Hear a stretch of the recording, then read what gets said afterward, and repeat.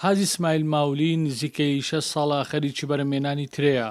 دەڵێت لە تەمەنی 10 ساڵیەوە خەریکی جوتیاری و بەرهەمهێنانی ترێ و لە ئێستادا زیاتر لە 16 جۆر ترێ لە ڕز و باخەکەیدا هەیە و تیشی چەندین جار لەبەر باشی و جوانی ترەکەی لە بەغدا سوپاس و دەستخۆشی وەرگرتووە.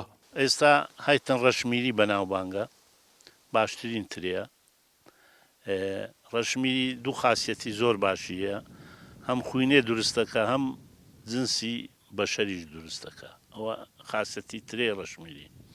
ترەی سپین هەیە ئەمریکی، ترەی جنوبن هەیە ئێستا لەو ڕەزەی حەلوانی و کەمالی. نەوعینە دیکەشن زۆرەنە بەس ئی هەرە بەناوبانگ ڕەشمیریە. لەو مەزرعەی ئێرەش ئی دووسێ گوندە بەس بەناو ماویلیانە ئێرە تقریبا 480 پارچە ڕەزیلیە، ینی 480 فەلاع لێرە خێر ئەبینی، هەر یەکی بە قەبارەی خۆ. بەشێک لە جوتیارانی گوندی ماولیان دەڵێن بەهۆی خراپی ڕێگاوبان ئاستەنجیان بۆ دروست دەبێت بۆ ساختنەوەی بەرهەمەکانیان لە بازار.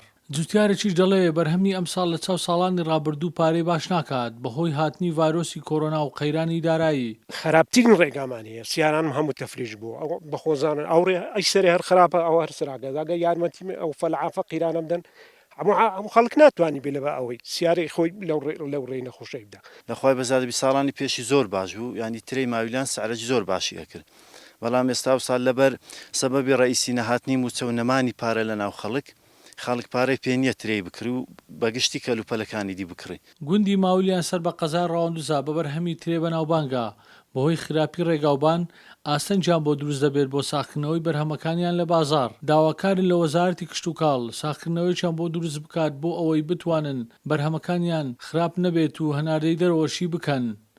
هاوڕەباس گەلی کوردستان قەزای ڕەواندوز.